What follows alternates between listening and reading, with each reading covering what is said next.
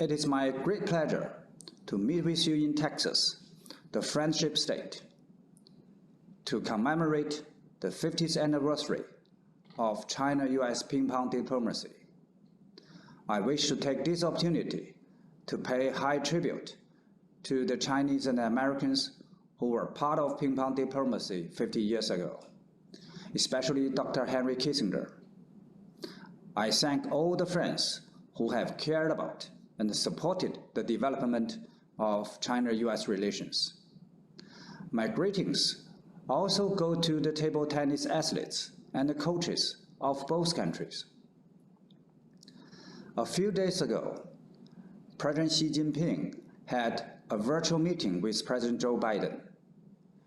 In the meeting, President Xi pointed out, quote, "The most important event in international relations over the past 50 years was the reopening and the development of China-US relations, which has benefited the two countries and the whole world." End quote. And this most important event started from a small ping-pong ball. 50 years ago, at the darkest moment of the Cold War, young Chinese and American table tennis players broke the ice of estrangement and confrontation with their amity and sincerity, and sowed the seeds of friendship. The elder generation of Chinese and American leaders, Chairman Mao Zedong, Premier Zhou Enlai, President Richard Nixon, Dr. Henry Kissinger, showed extraordinary strategic foresight and political courage, and seized the opportunity to enable exchange visits between Chinese and American table tennis teams. The story of a small ball moving the big ball ushered in the normalization of China-US relations and profoundly changed the international political landscape.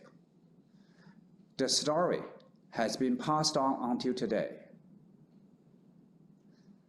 Until the past 50 years, China-US relations have gone through twists and turns and made historical achievements. Today, the seeds of friendship sowed through ping-pong diplomacy has gone into a towering tree. The two people's friendship represents a consistent driving force for the development of the China-US relationship. In recent years, China-US relations have met serious difficulties. This is not in the fundamental interests of the two countries and the peoples. And a better relationship between us is the shared expectation of the two peoples. In the virtual meeting between the two presidents, they agreed that China and the US should respect each other, coexist in peace, increase communication, constructive managing differences, prevent conflict, enhance cooperation, and steer China-US relations back on the right track of sound and steady development. The two presidents particularly emphasized that we should encourage the younger generation to interact more and know more about each other. President Xi Jinping pointed out, quote, "The most important event in international relations in the coming 50 years will be for China and the US to find the right way to get along." End quote. I sincerely hope that in 50 years' time, the two peoples, especially the young people, will know more about ping-pong diplomacy and learn from history. Some people consider today's China-US relations as a competitive ones. We Chinese often say, friendship first, competition second. We believe that win-win cooperation is always the mainstream of China-US relations.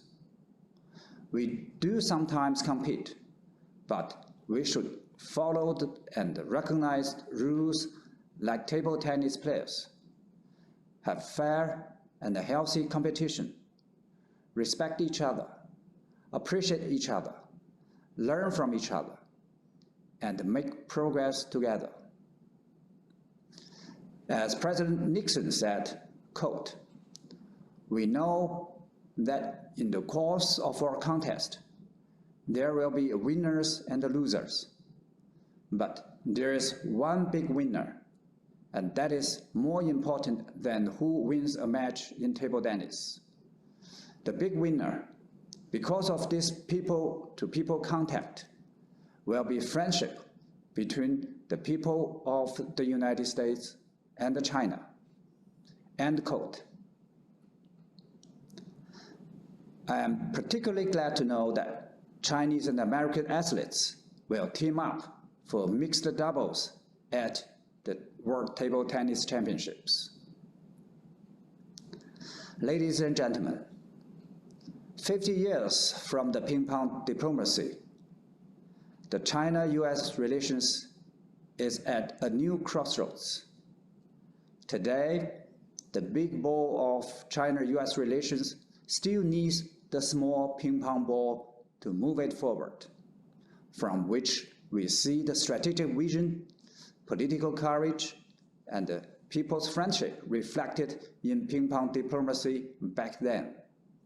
And this is why our commemoration is highly relevant and significant for today. To conclude, I would like to thank the National Committee on US-China Relations and the National Table Tennis Associations of the two countries for making this event possible.